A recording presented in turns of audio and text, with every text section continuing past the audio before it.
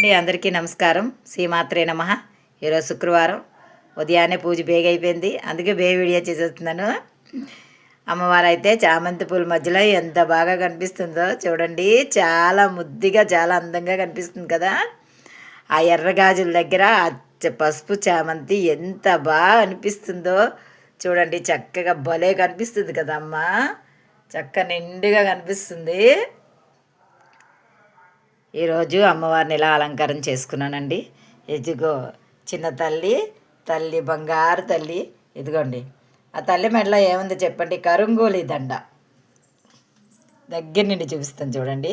కరుంగోలి దండ, గులాబీ పూలు మధ్యలో చక్కగా అందంగా కనిపిస్తుంది తల్లి. ఈరోజు గులాబీ పూలు పెడితోటే అలంకారం చేశాను.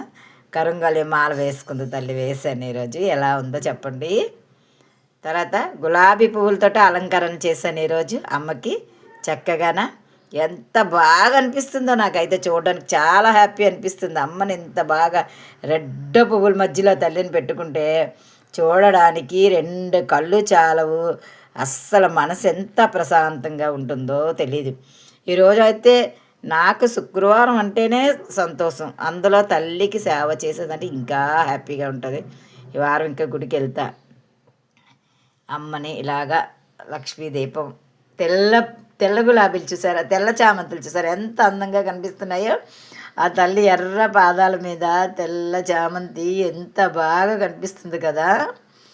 అలాగే తెల్ల చామంతులు లక్ష్మీదేవి తల్లికి ఇష్టం కదా, అందుకని ఆ దీపం చుట్టూ తెల్ల చామంతులు పెట్టాను. అమ్మనైతే ఇలాగ అలంకరణ చేసుకున్నాను. చూడండి కరుంగోలు ఎంత బాగా కనిపిస్తుందో, మీకు కనిపించిందో తల్లి?